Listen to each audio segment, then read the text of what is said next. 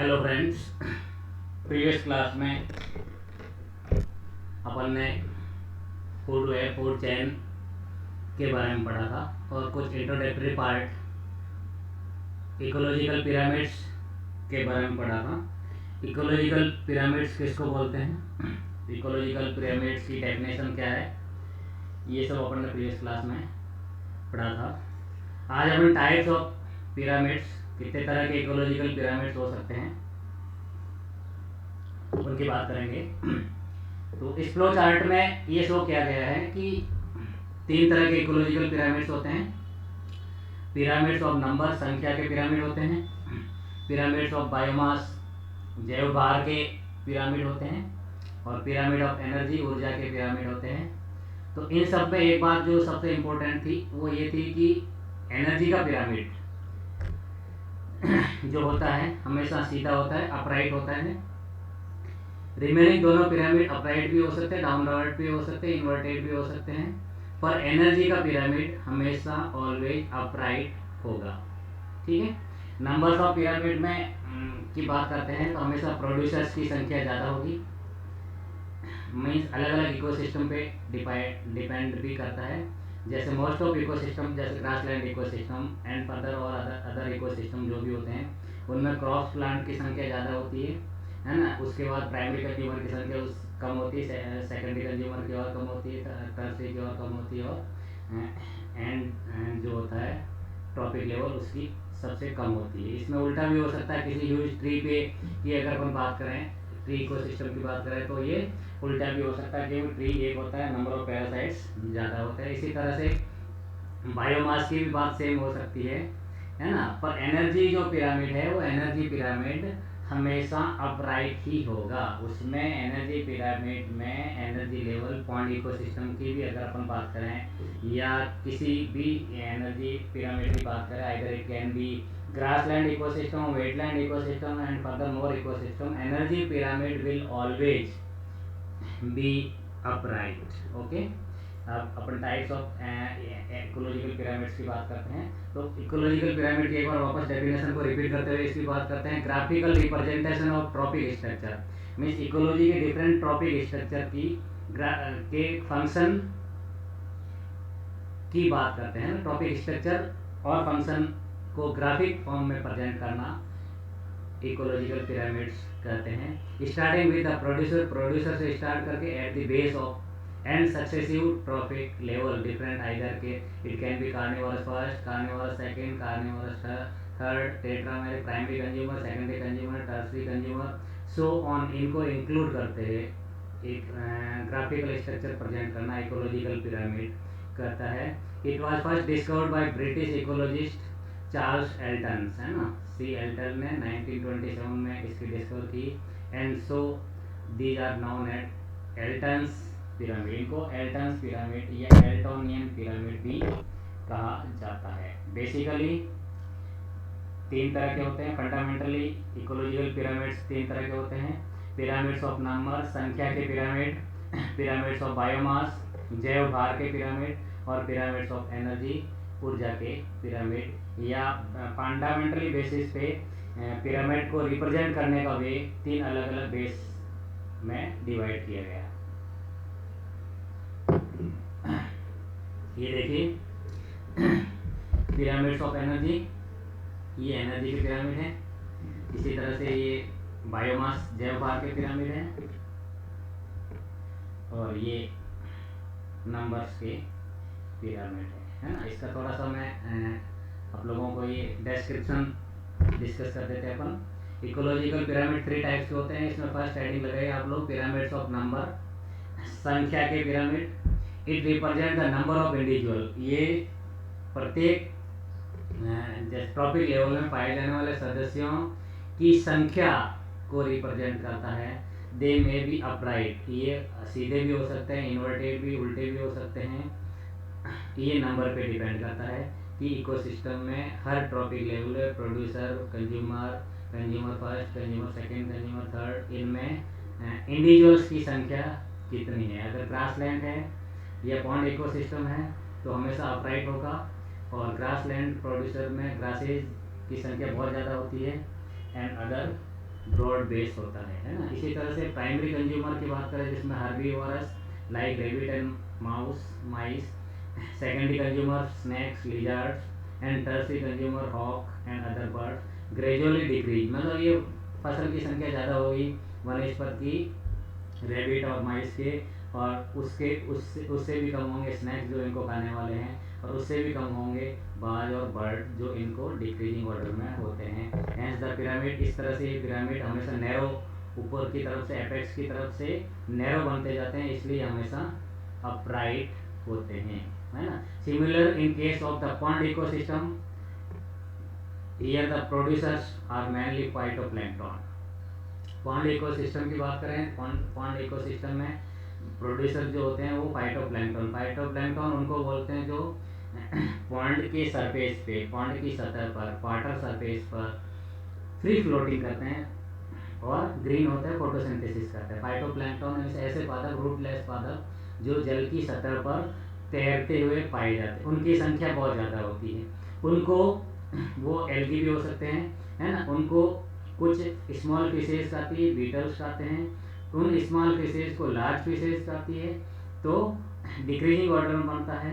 इस तरह से हायर ट्रॉपिक लेवल में पॉन्ड्स का ज़्यादा हो जाता है और इनकी संख्या, नीचे वालों की संख्या कम होती है, इसलिए ये इन्वर्टेड पिरामिड होगा। पॉन्ड्स पिरामिड की अगर बात करें तो पॉन्ड्स पिरामिड इन्वर्टेड पिरामिड होता है। इसी तरह फॉरेस्ट इकोसिस्टम की बात करते हैं अपन। The producers also big tree forest structure की अगर बात करें तो प्रोड्यूसर में बहुत बड़ा एक ट्री है। ट्री इकोसिस्टम की भी अगर अपन बात करते हैं तो फॉरेस्ट इकोसिस्टम के अलावा ट्री इकोसिस्टम की भी अगर अपन बात करें तो एक इंडिविजुअल की संख्या एक है जो ट्री है, उसके ऊपर खूब सारे बर्ड्स रहते हैं, उसकी संख्या ट्री से बहुत ज़्यादा हुई, और बर्ड्स के ऊपर भी पैरासाइट्स जो रहते हैं, परजीवी रहते हैं, उनकी संख्या उससे भी ज़्यादा हुई। तो ये पिरामिड भी हमेशा वैसा रहेगा, इन्वर्टेड पिरामिड रहेगा, है ना।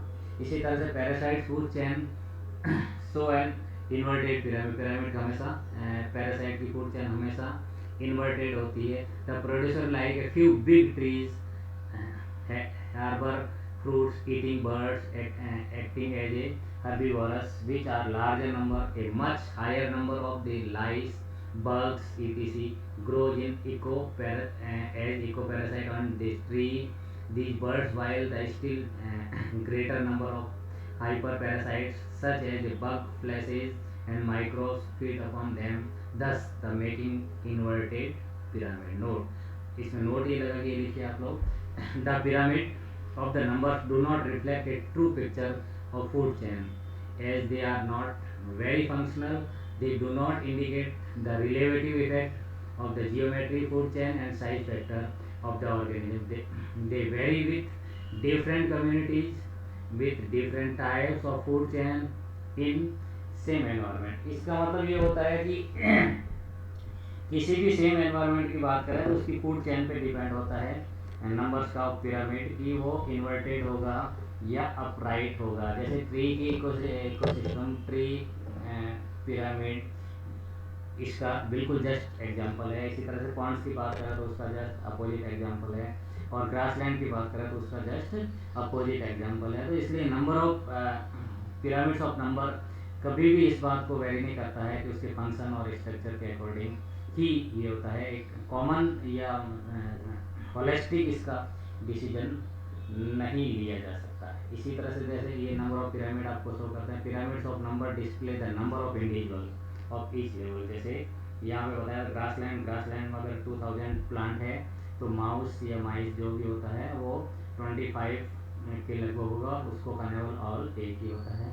तो ये एक एग्जाम्पलरी इसको अपन ने एक्सप्लेन किया। जैसे पिरामिड्स ऑफ नंबर में it is graphical representation of number individuals per unit area और वेरियस ट्रॉपिक लेवल। मीन्स प्रत्येक ट्रॉपिक लेवल, ये ट्रॉपिक लेवल है, ये ट्रॉपिक लेवल है, ये ट्रॉपिक लेवल है, ये अपना अलग ट्रॉपिक लेवल है।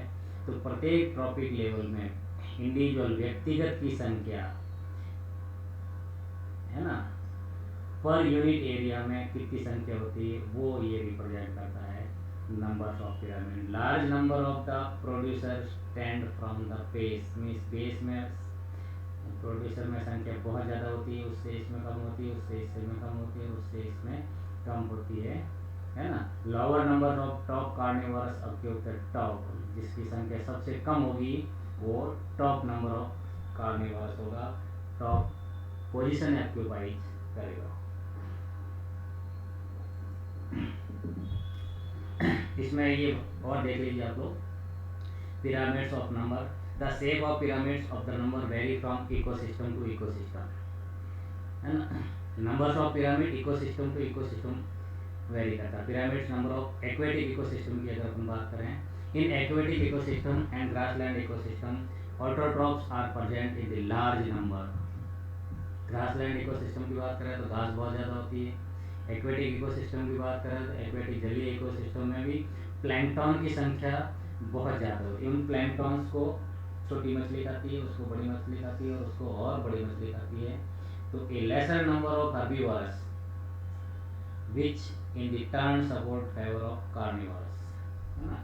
तो कम संख्या भी हर्बीवोरस की होती है तो भी वो कार्निवोरस के नंबर से सपोर्ट की जाती है।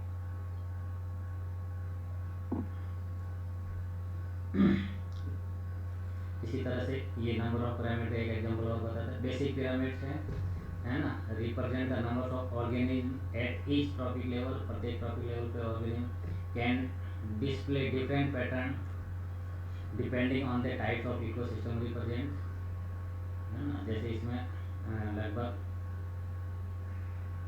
10,000 है तो इसमें लगभग 1 लाख है तो इसमें 50,000 हो गया, 10,000 हो गया, 500 के आसपास हो गया। Large lower level organism is equal to small number of at that table. जैसे एक ट्री है, एक ट्री की टेबल पर एक उसको खाता है एक और, तो ये हमेशा उल्टा भी हो।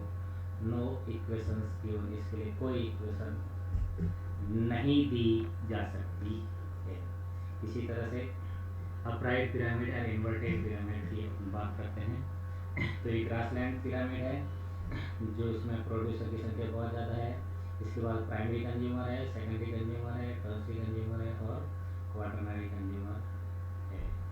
और इसी तरह से अगर इसकी बात करें वापस इन्वर्टेड की, तो ये प्लैंकटन्स है, इनको स्मॉल बग्स और ये खाते हैं, इनको हर्बीवोरस खाते हैं, और ये ट्री पे रहते हैं। जैसे एक ट्री पे खूब सारी बर्ड्स रहती है, ये हमेशा ट्री पिरामिड, जो नंबर ऑफ ट्री पिरामिड है वो हमेशा उल्टा होगा, ठीक है ना। जैसे ये देख लीजिए, चारों नंबर ऑफ पिरामिड्स हैं। इन चारों नंबर ऑफ पिरामिड की आप एक्सप्लेन कर सकते हैं। सबसे नीचे प्रोड्यूसर्स है, प्रोड्यूसर्स के बाद में प्राइमरी कंज्यूमर हर्बीवोरस है, इसके बाद सेकेंडरी कंज्यूमर कार्निवोरस है, और टर्सरी कंज्यूमर जो है वो भी कार्निवोरस है। इनके एग्जांपल देकर के इनको एक साथ एक्सप्लेन किया है। बी जो है, ये तो था वही, बी है pond ecosystem. B pond ecosystem है। पॉन्ड इकोसिस्टम में प्रोड्यूसर ऊपर होते हैं, जैसे ये सब बताए गए हैं। उसके बाद जैसे छोटे प्लैंकटन वगैरह हैं, इनको स्मॉल फिशेज खाती है, स्मॉल फिशेज को बड़े फिश खाती है, उसको बड़े फिश खाती है। इसी तरह से ये फॉरेस्ट इकोसिस्टम की बात करते हैं। फॉरेस्ट इकोसिस्टम एक ट्री है, ट्री को ये हर्बीवोरस खाते हैं, एलिफेंट खाता है, डियर खाता है, ये खाता, उसको सेकेंडरी लिजर्ड वगैरह खाते हैं, भेड़िया वुल्फ वगैरह खाता है, उनको लॉइन खाता। और डी जो एग्जांपल ये दिखाया गया है, पैरासिटिक फूड चेन, ये हमेशा उल्टी ही होगी, इसको कोई सीधी कर ही नहीं सकता, क्योंकि एक ट्री पे खूब सारे हर्बीवोरस होते हैं। हर्बीवोरस को खाने वाले पैरासाइट्स होते हैं, पैरासाइट्स को खाने वाले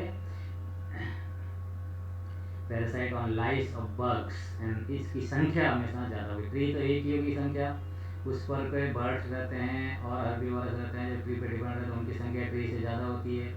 उसके बाद उन बग्स और इंसेक्ट्स जो होते हैं उनकी संख्या बर्ड से भी कई गुना ज़्यादा होती है, और उनसे भी कई गुना ज़्यादा होती है बैक्टीरिया, फंजाई, एक्टिनोमाइसीटीज जो होते हैं, उनकी संख्या ज़्यादा होती है। तो इसमें जो सबसे मेजर थिंग है, पैरासिटिक फूड चेन हमेशा इन्वर्टेड होगी। ट्री की फूड चेन भी हमेशा, ट्री नंबर ऑफ पिरामिड्स हमेशा इन्वर्टेड होगा। पॉन्ड्स इकोसिस्टम भी इन्वर्टेड होगा, क्योंकि इसमें प्लैंकटन की संख्या सबसे ज़्यादा होती है। ग्रासलैंड्स का इकोसिस्टम है वो हमेशा अपराइट हो। Evolution of pyramids of number, इसमें एडवांटेज और डिसएडवांटेज क्या है, इसके साथ इस टॉपिक को आज खत्म करेंगे। एडवांटेज ये है simply easy method number counting of given overview, है ना। इसकी disadvantage number of specific species can be too greater to measure accurately, mean specific उसको आप एक्यूरेट नहीं कर सकते हो। Good for comparing changes the ecosystem at different time of year between seasons, अलग अलग सीजन के लिए जैसे पैरासाइट है पर्टिकुलर सीजन में है, अगले सीजन रेनी सीजन में कुछ बग्स एंड पैरासाइट क्रिएट होते हैं, कुछ माइक्रोब्स क्रिएट होता है जो नेक्स्ट समर सीजन में नहीं रहते हैं, विंटर सीजन में रहते हैं, तो इनका स्टडी का एक एडवांटेज है, जबकि इसमें नहीं है। Do not takes into accounts juvenile और इमेच्योर, जुवेनाइल मीन्स बोलते हैं शैशव अवस्था, और इमेच्योर फॉर्म में नहीं है, ये कंप्लीट मैच्योर फॉर्म में ही स्टडी की जा सकती है। जैसे लार्वल स्टेज की स्टडी इसमें इंक्लूड नहीं की जा सकती, इसका disadvantage. All organism are included regarding of size hence inverted pyramid, अगर साइज के अकॉर्डिंग बात करें तो इन्वर्टेड पिरामिड में साइज हमेशा इनकी बढ़ती है ना। तो आज अपन इतना ही पढ़ के नेक्स्ट क्लास में पिरामिड ऑफ बायोमास की अपन बात करेंगे। ओके।